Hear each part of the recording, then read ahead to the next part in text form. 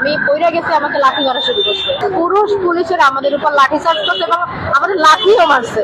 এই যে লাঠি চার্জ করে দেখেন কি অবস্থা করছে আমার হাতটা দেখতে পাবেন, এই যে এখানে পুরো ফাইটা গেছে আর কি। আমাদের 5 জন প্রতিনিধিকে তারা তাদের গাড়িতে করে নিয়ে গিয়েছে। এখন কোথায় নিয়ে গেল, কার সাথে দেখা করতে নিয়ে গেল, কি আপডেট এখনো পর্যন্ত পাই। ঢাকা মেডিকেলে হয়তো মনে হয় 4-5 জন আছে। আমিও ঢাকা মেডিকেলে ছিলাম, ভর্তি ছিল, কিন্তু আমি চলে আসছি। এখানে আসার পরে ভাই, আমরা যখন প্রেস ক্লাব থেকে এখানে আসি, এখানে আসার পরে ওনারা আমাদের এখানে অবস্থান করতে দিবে না। ওনারা বলতেছে এখানে বসতে পারবেন না, কিন্তু ওনারা আমাদের ভালো মুখে বলে নাই বা বলে না যে পাশের দিকে বসেন বা এখানে বসতে দেওয়া যাবে না। আমরা আসার সাথে সাথে ওনারা আমাদের উপর হামলা করা শুরু করছে। পুরুষ পুলিশের আমাদের উপর লাঠি চার্জ করছে এবং আমাদের লাঠিও মারছে।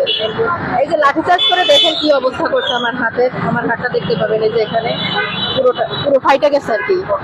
হ্যাঁ, আমার পিছনে পুরো কালো হয়ে গেছে। ওনারা আমি পইরা গেছি, আমাকে লাঠি মারা শুরু করছে। শুধু আমি না, আরো 4টা মেয়েকে।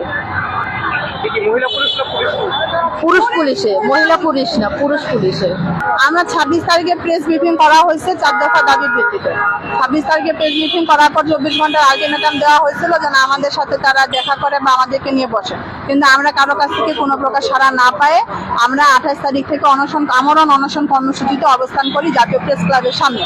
আমরা কিন্তু কোনো রাস্তা অবরোধ করিনি, কোনো রাস্তা বন্ধ করিনি, জনদুর্ভোগ সৃষ্টি করি। আমরা শান্তিপূর্ণভাবে আমাদের নিজেদেরকে কষ্ট দিয়ে আমরা অনশন কর্মসূচিতে 28 তারিখ থেকে অবস্থান করতেছি। আজকে দিয়ে আমাদের 5ম দিন। আমরা বাধ্য হয়ে আজকে যমুনা অভিমুখে আসছি। এখন আমাদের দফা হলো 2টা। দফা 1 হলো আমাদের তথ্য আকার প্রকল্প 2য় পর্যায়ে জনবলকে রাজস্ব খাতে স্থানান্তর করতে হবে, এবং 2য় দফা হলো আমাদের যে সকল বেতন ভাতা কর্তন করা হয়েছে সেই বেতন ভাতাগুলো অতি দ্রুত পরিশোধ করতে হবে। অনেক আহত হয়েছিল, আমার মাথার মধ্যে বাড়ি লাগছিল, আর আমি যে ধাক্কা, ওরা যখন আমাদেরকে লাঠি চার্জ করে ধাক্কাধাক্কি করে আমি তো নিচে পড়ে গেছিলাম এই খিচাখিচির মধ্যে। তার মধ্যে আবার আমার শ্বাসকষ্ট, পরে আমি মাঝখানে সেন্সলেস হয়ে গেলে আমাকে দূরে নিয়ে যায়, একটু বাতাসে বসায়, আমি ইনহেলার দিছি।